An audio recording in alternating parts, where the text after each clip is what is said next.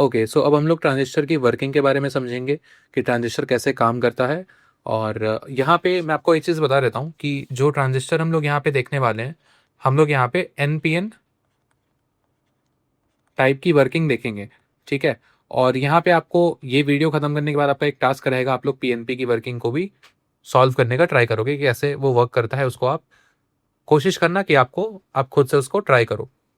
ठीक है। अगर आपको समझ में नहीं आती है तो उसके ऊपर वीडियो मिल जाएगी, तो आप मुझे कमेंट से बता देना। ठीक है।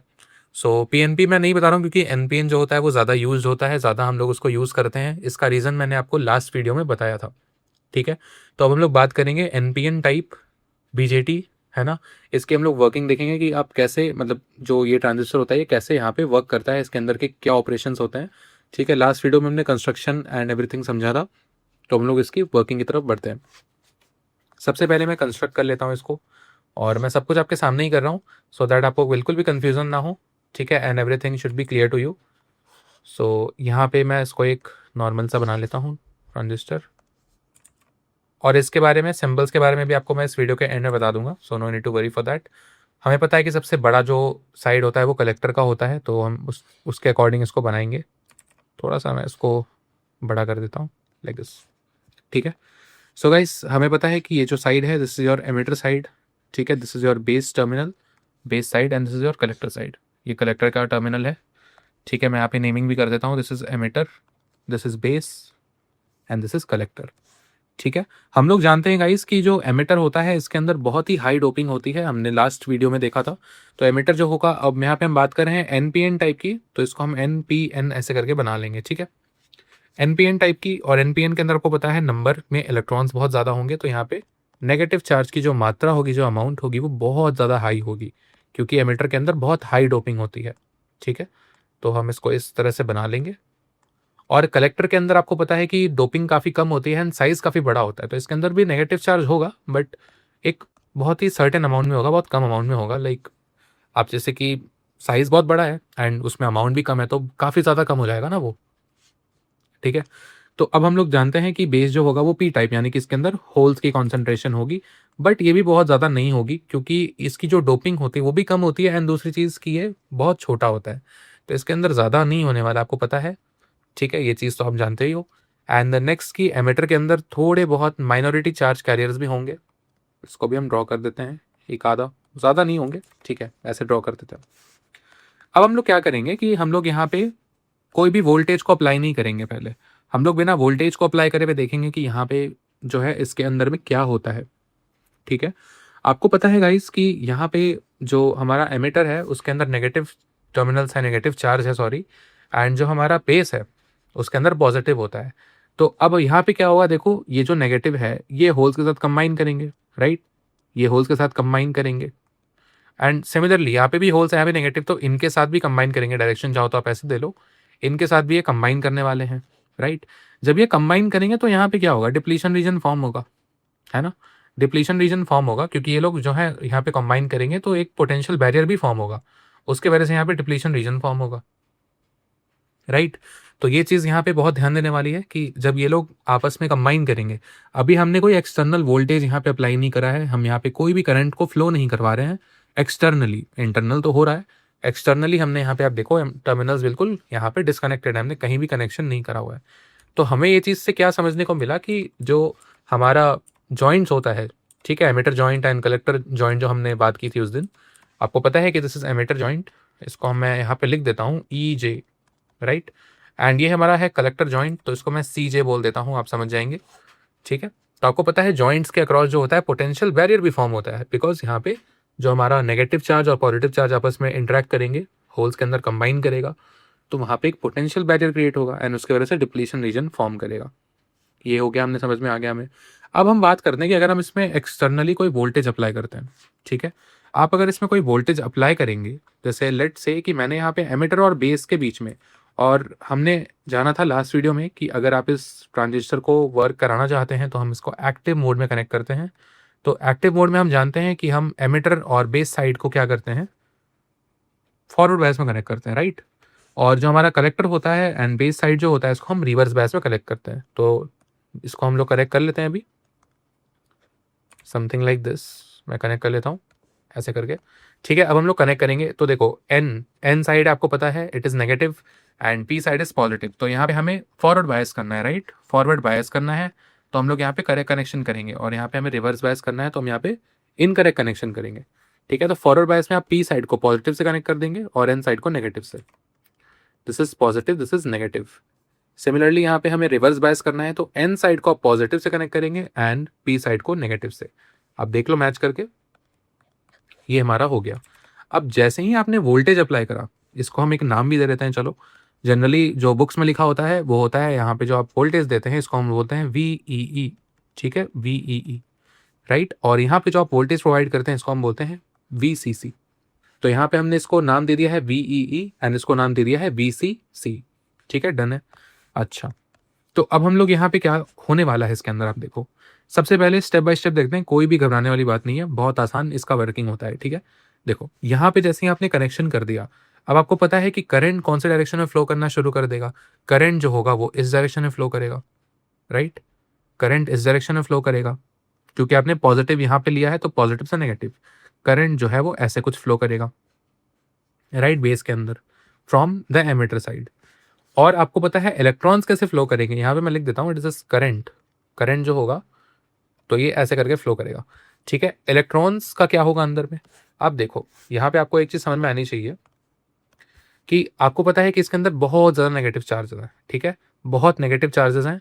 तो हमें एक चीज़ अच्छे से पता है कि करंट का डायरेक्शन के अपोजिट में इलेक्ट्रॉन्स फ्लो होते हैं, राइट। तो जो फ्लो ऑफ इलेक्ट्रॉन्स होने वाला है वो कुछ इस डायरेक्शन में होगा भाई, ठीक है, अंदर की तरफ जाएंगे इलेक्ट्रॉन्स, ठीक है।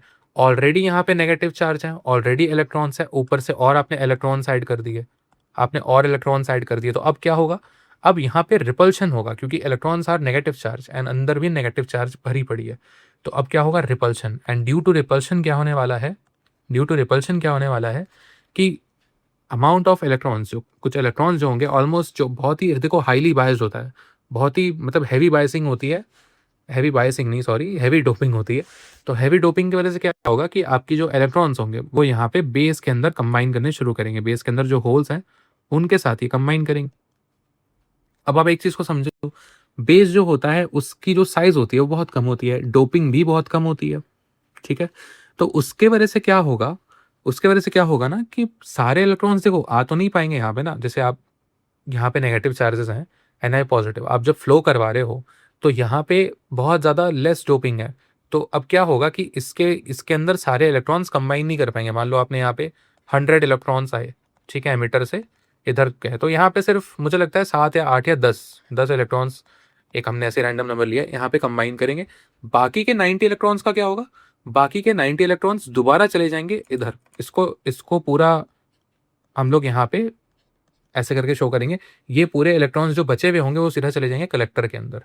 तो यानी कि एमिटर के अंदर आपने जो इलेक्ट्रॉन्स प्रोवाइड करे ड्यू टू करंट, जो हमने वहाँ पे वोल्टेज VEE लगाया है, और उसके वजह से क्या हुआ कि एमिटर से कुछ इलेक्ट्रॉन्स बेस में गए, वहाँ पे कंबाइन करेंगे होल्स के साथ, एंड वहाँ पे कुछ जो इलेक्ट्रॉन्स जो उसको वहाँ पे कंबाइन नहीं हो पाएंगे वो चले जाएंगे कलेक्टर के अंदर, ठीक है। तो अब आपने ये चीज़ समझ लिया कि कैसे मतलब इस साइड से वर्किंग होगी, एमिटर के साइड से इलेक्ट्रॉन्स आएंगे वो यहाँ पे कंबाइन करेंगे होल्स के साथ, यानी जो बेस के अंदर होल्स होंगे, जो बचे इलेक्ट्रॉन्स होंगे वो चले जाएंगे कलेक्टर की साइड में, ठीक है। ये चीज़ को आप समझ जाओ आराम से। अब यहाँ पे जो इलेक्ट्रॉन्स आ गए कलेक्टर में, तो अब आप एक चीज़ को समझो कि यहाँ पे आप देखो पॉजिटिव है, ठीक है, ये रिवर्स बायस कंडीशन है, पॉजिटिव, यानी कि करंट कुछ ऐसे फ्लो करेगा भाई, करंट जो होगा वो कुछ ऐसे फ्लो करेगा, राइट, करंट कुछ ऐसे फ्लो करेगा। मैं कलर एक ही रख लेता हूँ आपको दिक्कत ना हो। तो करंट जो होगा वो पॉजिटिव से नेगेटिव फ्लो करेगा कुछ इस तरह से, ठीक है। इलेक्ट्रॉन्स की डायरेक्शन जो होगी वो रिवर्स होगी, इलेक्ट्रॉन्स की डायरेक्शन क्या होगी, रिवर्स होगी, ठीक है, इलेक्ट्रॉन्स की डायरेक्शन क्या होगी, रिवर्स होगी। और ये वही इलेक्ट्रॉन्स होंगे, ये वही इलेक्ट्रॉन्स होंगे जो कि आपके इधर, क्योंकि आप देखो एक चीज़, यहाँ पे इलेक्ट्रॉन्स आए, ठीक है, अब यहाँ पे इलेक्ट्रॉन्स आएंगे तो यहाँ पे ऑलरेडी नेगेटिव चार्ज है, तो अब इनके वजह से भी रिपल्शन होगा, इनके वजह से भी रिपल्शन होगा, तो इलेक्ट्रॉन्स और ज़्यादा पुश होंगे, और ज़्यादा पुश होंगे बाहर की साइड, क्योंकि आपने यहाँ पे इलेक्ट्रॉन्स ऑलरेडी हैं, आपने और इलेक्ट्रॉन्स लाए, तो रिपल्शन की वजह से और इलेक्ट्रॉन्स पुश किए जाएंगे बाहर की साइड में, और यहाँ पे ये इलेक्ट्रॉन्स जो होंगे वो बाहर की साइड आएंगे, क्योंकि आपने करंट जो है वो उल्टा यहाँ पे दिया है, मतलब करंट आपने इस डायरेक्शन में दिया है, इलेक्ट्रॉन्स का डायरेक्शन जो होगा वो बिल्कुल रिवर्स होगा करंट से, ठीक है। ये चीज़ आपने समझ लिया। तो अब यहाँ पे क्या होता है, देखो जो करंट्स है उनको हम नेमिंग कर देते हैं। जैसे कि ये जो हमने करंट यहाँ से दिया, ये हम एमीटर साइड के लिए दे रहे हैं, तो उसको हम बोलेंगे आई ई, राइट। अब यहाँ पे जो ये करंट होगा, जो ये करंट अंदर जा रहा है, इसको हम बोलेंगे बेस करंट आई बी, क्योंकि ये बेस के अंदर जा रहा है ना। और ये जो करंट यहाँ पे फ्लो कर रहा है, इसको हम बोल देंगे आई सी। ये आपने समझ लिया, ठीक है। तो आपने ये चीज़ देखा, और यहाँ पे आप एक चीज़ और समझ लो कि ये जो पूरी कंस्ट्रक्शन है, ठीक है, ये जो पूरी कंस्ट्रक्शन है, इसके अंदर मुझे एक चीज़ का ध्यान क्या रखना है, डायरेक्शंस बहुत इंपॉर्टेंट है। आप एक चीज़ को ध्यान से देखेंगे, अगर आपके एग्जाम में आता है कि आप कंस्ट्रक्शन को बताओ, वर्किंग को बताओ, तो आपको ध्यान देना है कि एनपीएन टाइप आप बना रहे हैं या पीएनपी टाइप बना रहे हैं, क्योंकि अगर आप पीएनपी टाइप बनाते हो तो सारा कनेक्शन रिवर्स हो जाएगा, ठीक है। तो वहाँ पे आपको देखना पड़ेगा, इसलिए मैं बोल रहा हूँ कि पीएनपी टाइप को आप एक बार प्रैक्टिस करेंगे अपने से, ठीक है। एनपीएन टाइप मैंने आपको एक्सप्लेन कर दिया है, ठीक है। तो इसके अंदर और कुछ भी खास नहीं है, यही इसकी वर्किंग होती है, आपको पता है। मैं एक बार रिकैप कर देता हूँ दोबारा से आपके लिए। इलेक्ट्रॉन्स जो होंगे वो फ्लो करेंगे एमिटर साइड से, ठीक है। अब एमिटर के अंदर, मतलब एमिटर के अंदर इलेक्ट्रॉन सेंटर करेंगे तो ऑलरेडी नेगेटिव चार्जेस प्रेजेंट है, उसकी वजह से रिपल्शन क्रिएट होगा, और रिपल्शन क्रिएट होने की वजह से जो हमारे इलेक्ट्रॉन्स होंगे वो पुश करे जाएंगे बेस की तरफ। बेस की तरफ जब वो पुश होंगे तो बेस के अंदर जो होल्स हैं उनसे कंबाइन होंगे। जब वो कंबाइन होंगे तो कुछ इलेक्ट्रॉन्स बच जाएंगे, क्योंकि जो बेस का साइज होता है वो बहुत छोटा होता है, सारे कंबाइन तो कर नहीं पाएंगे, बहुत कम अमाउंट में कंबाइन कर पाएंगे। तो अब जो बाकी के इलेक्ट्रॉन्स होंगे वो सीधा कलेक्टर के अंदर जाएंगे। कलेक्टर के अंदर जब वो जाएंगे तो उसके अंदर नेगेटिव चार्जेस होते हैं, बहुत ज़्यादा हाईली डोप तो नहीं होता है, बट नेगेटिव चार्जेस अच्छे खासे अमाउंट में होते हैं कलेक्टर में भी, ठीक है। तो उसके अंदर जाएंगे तो वहाँ भी रिपल्शन क्रिएट होगा। वहाँ रिपल्शन क्रिएट होने की वजह से क्या होगा कि इलेक्ट्रॉन्स जो होंगे वो बाहर की ओर निकल जाएंगे। जैसे ही बाहर की ओर निकलेंगे तो आपको यहाँ पे दिख गया कि इलेक्ट्रॉन्स बाहर आ जाएंगे, एंड यहाँ पे करंट फ्लो होता है आईसी। इलेक्ट्रॉन्स बाहर फ्लो होंगे तो करंट इनवर्ड फ्लो होगा, राइट। तो अगर मैं इस जंक्शन को, ये जो बी वाली जंक्शन है, इसको मैं बोल दूं, लेट से क्या बोल दूं, पी बोल देता हूं, ठीक है। इसको मैं पी बोल दूं। तो अगर हम इस पी जंक्शन को यहाँ पे जूम इन करते हैं, इस पी जंक्शन को अगर हम यहाँ पे जूम इन करते हैं, तो आपको एक चीज़ याद आएगी क्लास 12 के कॉन्सेप्ट से। ये पी है, मैं अभी कुछ लिख नहीं रहा हूँ एमीटर वगैरह, ठीक है। आपको पता है दिस इज आई ई, यहाँ पे हमने आई ई शो करा है, राइट, एमीटर करंट। और यहाँ पे पी के अंदर क्या फ्लो कर रहा है, base current I B, and यहाँ पे कलेक्टर करंट आई सी, ठीक है। तो अब आप देखो, total number of inward current, total amount of inward current is equal to total outward. आपको याद है junction law, and junction law से आप देख सकते हैं कि जितना करंट आया उतना डिवाइड हो गया दोनों साइड में, उतना डिवाइड हो गया दोनों ब्रांचेस में, हम कह सकते हैं प्रॉपर जो टर्मिनोलॉजी होगी वो होगी ब्रांचेस, ठीक है। तो दोनों ब्रांचेस में डिवाइड हो जाएंगे। तो हम लोग यहाँ पे लिख सकते हैं यूजिंग जंक्शन लॉ कि जो आई ई होता है emitter current, that is equal to I B plus I C, है ना। बेस और कलेक्टर करंट का जो सम होता है ना, वो एमिटर करंट होता है। एंड ये आगे के आने वाले सभी कॉन्फ़िगरेशंस में काम करेगा, चाहे वो कॉमन कलेक्टर हो, कॉमन बेस हो, अभी हम लोग पढ़ेंगे उस बारे में। सबके अंदर ये इक्वेशन जो होता है ये वैलिड होता है, क्योंकि वर्किंग तो वैसे ही होनी है, ठीक है। तो सबके अंदर ये जो इक्वेशन है वैलिड होता है, ठीक है। बहुत इंपॉर्टेंट इक्वेशन है गाइस, बहुत इंपॉर्टेंट इक्वेशन है, आपको न्यूमेरिकल्स में भी काम आएगा, एंड इसकी वर्किंग टर्मिनोलॉजी आप एक्सप्लेन करेंगे तो उसमें बहुत ज़्यादा काम आएगा, राइट। तो ये इक्वेशन को आप अच्छे से याद रखेंगे, एंड इसकी डेरिवेशन कुछ नहीं है, बहुत आसान है, जंक्शन लॉ से हमने इसको प्रूव कर दिया, ठीक है। तो अब हम लोग बात कर लेते हैं इसके सिंबल्स की, ठीक है, एक सेकेंड। तो हम लोग यहाँ पे इसके सिंबल्स की बात कर लेते हैं, क्योंकि सिंबल मैंने बताया नहीं है आपको, वर्किंग जो कंस्ट्रक्शन वाली वीडियो में भूल गया था बताना, तो सिंबल्स में बता देता हूँ आपको कि इनका सिंबल कैसा होता है। हम लोग इसको जब सर्किट डायग्राम में बनाएंगे तो आप पूरे ट्रांजिस्टर को थोड़ी बनाओगे, आप सिंबल को बनाओगे। तो हम लोग सिंबल यहाँ पे देख लेते हैं, ठीक है। इसको ही कॉपी पेस्ट कर देता हूँ मैं, यहाँ पे ज़्यादा बड़ा हो गया, ओके। दोनों की मैं सिंबल्स आपको बता देता हूँ, पीएनपी एंड एनपीएन टाइप की, ठीक है। तो आप क्या करते हो, एक सर्कल बनाते हो, एंड सर्कल के अंदर कुछ इस तरह से आप एक लाइन बनाएंगे, ठीक है।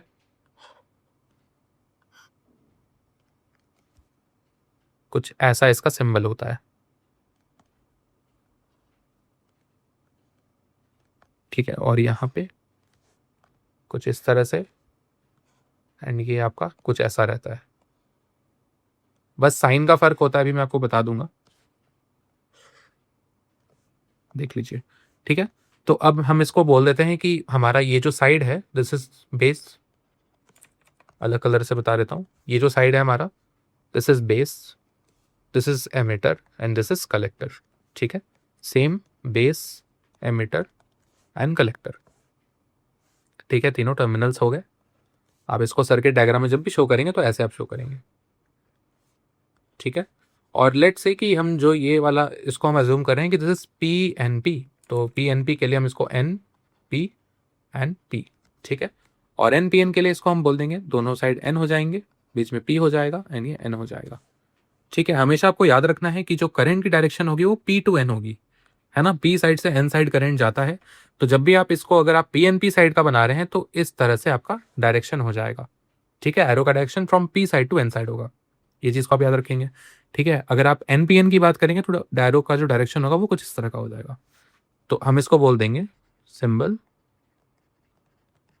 Of P N P transistor,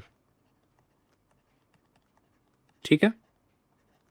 ये पीएनपी का सिंबल हो गया और इसको हम बोल देंगे symbol of NP N transistor. आपको ध्यान देना है सिंबल इसके अंदर क्या है, एरो का, बेसिकली दोनों में बस इतना ही सा फर्क है, ठीक है। हो सकता है वहां पे क्वेश्चन में आपको NP N P N P लिख के ना दे, आपको एरो से देख करके समझ में आना चाहिए कि ये कौन सा ट्रांजिस्टर है।